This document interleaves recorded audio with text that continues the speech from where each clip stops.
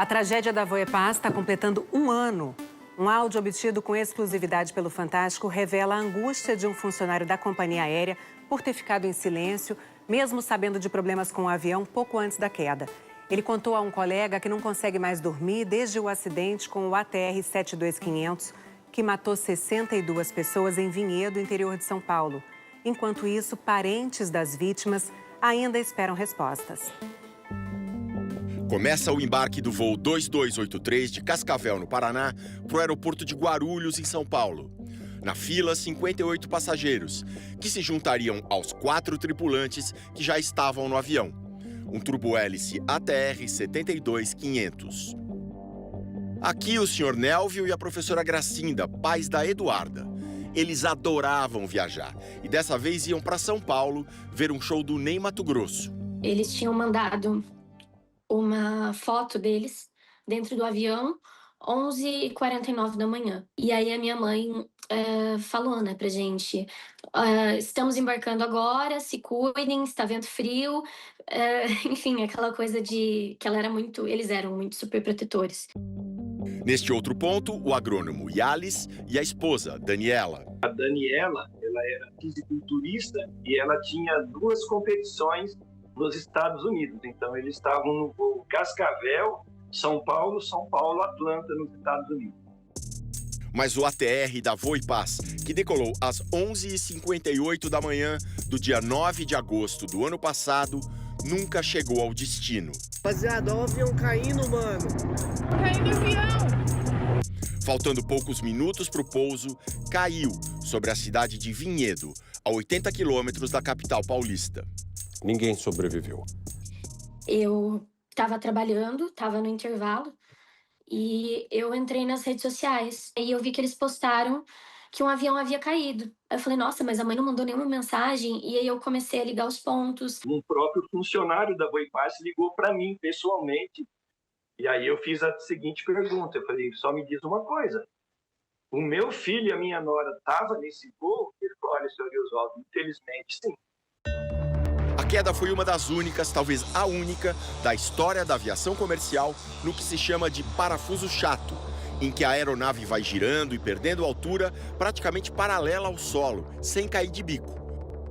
Num simulador de ATR na Áustria, poucos dias depois do acidente, este instrutor explicou ao Fantástico. Com tantos sistemas de proteção, tantos alarmes, um parafuso é um evento muito improvável. No trajeto do voo fatal, havia muita formação de gelo, comum na altitude em que os ATRs voam. Para as equipes de bordo da Voepaz, o gelo era sempre uma preocupação. Semanas antes do acidente, uma comissária que não quis se identificar tinha feito esse vídeo da porta de serviço, no mesmo avião que dias depois caiu.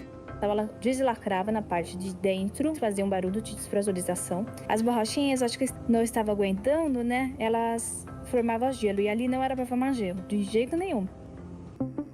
Este ex-comandante de ATR na antiga empresa Trip e na Azul, e que na Voepaz atuou como copiloto, aponta que as condições da meteorologia no dia do acidente eram bem complicadas. E havia um boletim dizendo que naquele nível, para todas as aeronaves, ia ter gelo, muito gelo e mais gelo naquela situação, naquele momento. Mas ao contrário do que recomendam os manuais, o avião não baixou para derreter o gelo acumulado. E ao fazer uma curva na aproximação para pousar, já com a estabilidade muito comprometida, perdeu sustentação. E ainda, segundo os investigadores, o sistema de degelo foi acionado 3 vezes durante o voo. O avião tinha o prefixo PSVPB. Era chamado na Voepaz de Papa Bravo, por causa das 2 últimas letras, P e B. O comandante Almeida conhecia bem a máquina e os problemas dela. Então, a questão do gelo é crítica para o ATR. Sim. Esse avião, então, não estava adequado para voar nas condições de gelo? Não. Nas muitas vezes em que voou no Papa Bravo, ele nunca viu funcionar direito o chamado boot, um sistema que, ao inflar, expulsa o gelo acumulado nas asas, e que teria sido crucial para evitar o acidente em Vinhedo. Ele funcionava momentaneamente, mas em questão de 1 minuto e meio. Então, você ligava, ele caía. Se ligava, ele caía.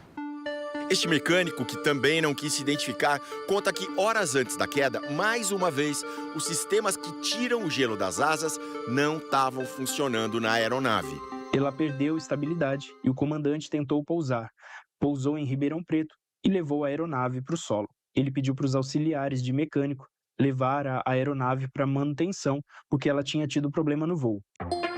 Só que, segundo o mecânico, o comandante não registrou oficialmente a queixa. E assim, o Papa Bravo foi liberado para decolar. Seria seu último voo. Eles voavam sob pressão.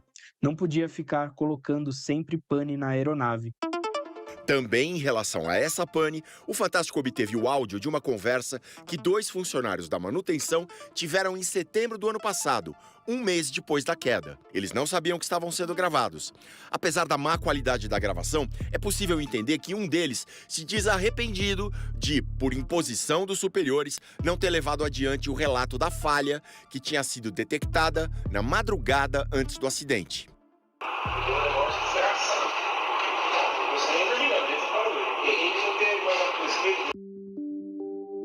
Ele busca uma justificativa.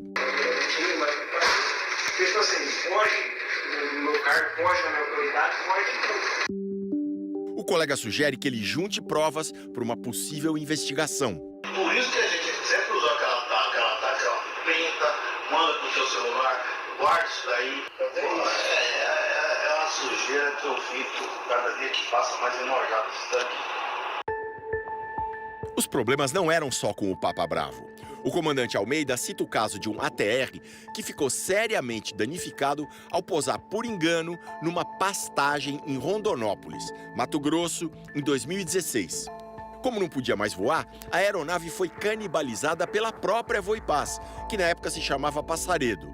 Reutilizar peças de aviões desativados não é proibido, mas, segundo os funcionários, acontecia na Passaredo e na Voipaz com muita frequência e pouco controle. O que sobrou do avião está até hoje no aeroporto da cidade. Essas imagens são de ontem. Ele foi canibalizado, só ficou o charuto e a asa. Eles deixaram o avião liso. Mas a Voipaz só foi definitivamente proibida de voar em 24 de junho deste ano, 10 meses e meio depois do acidente. Tarde demais para as famílias das 62 vítimas. A Eduarda perdeu os pais. Com a partida deles, eu perdi uma função, que foi a função de filha. Então, eu perdi o meu suporte e passei a ser suporte, né? Eu tenho 2 irmãos mais novos, um de 21 e a minha irmã de 12 anos, que hoje eu tenho uma função materna para ela, apesar de não ser a mãe, obviamente. O senhor Ari e a dona Ercília perderam o filho e a nora. Estavam no auge da vida deles, eles tinham tudo planejado, pretendiam ter 4 filhos e iriam começar a ter o primeiro agora, em 2025. O acidente, é claro, aconteceu com a Voipaz, mas nem o filho e a nora do seu Ari e da dona Ercília, e nem os pais da Eduarda sabiam que viajariam por essa empresa. Isso porque já fazia um tempo que a Voipaz não vendia mais passagens diretamente. O pessoal comprava da Latam, achando que voaria nos aviões a jato da Latam. Na reserva, havia uma pequena menção, operado por 2Z. 2Z é o código internacional da Voipaz, mas um passageiro comum não sabe disso. Só no cartão de embarque que aparecia o nome Voipaz, pequenininho, no canto, sem muito destaque. E até os passageiros chegavam e falavam, nossa, nós vamos voar nessa máquina aí, não é jato? Eu cheguei até a virar meu crachá de não identificação, porque os passageiros vinham me indagar porque não era jato. Então eu falava, poxa, nós estamos voando um ATR que nós estamos fazendo serviço para a Latam. Em nota, a Latam diz que compartilha voos com mais de 25 companhias aéreas e que em todos eles, assim como no antigo acordo com a Voipaz, o passageiro é informado antes da compra qual é a empresa responsável e o modelo da aeronave que vai realizar o voo. Já a Voipaz afirmou que sua frota sempre esteve apta a realizar voos, seguindo exigências de padrões de segurança internacionais e que confia no trabalho do Centro de Investigação e Prevenção de Acidentes Aeronáuticos, CENIPA.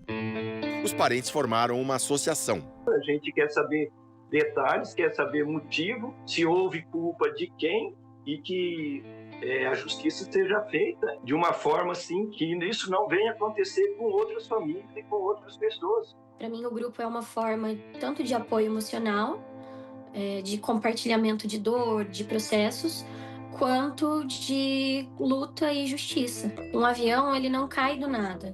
Então, para chegar a esse ponto, são várias falhas, uma série de negligências. Que negligências foram essas? Não se sabe exatamente. Por exemplo, como foi a tomada de decisões na cabine que culminou no acidente? Eu gostaria de ouvir o voice recorder. O gravador de voz. O gravador de voz. Por quê? Porque ali está a verdade. Porque ali está a verdade. Não há previsão de quando vai ficar pronto o relatório final do CENIPA. Por enquanto, só os investigadores sabem o que aconteceu nos últimos minutos do voo 2283 da Voipaz.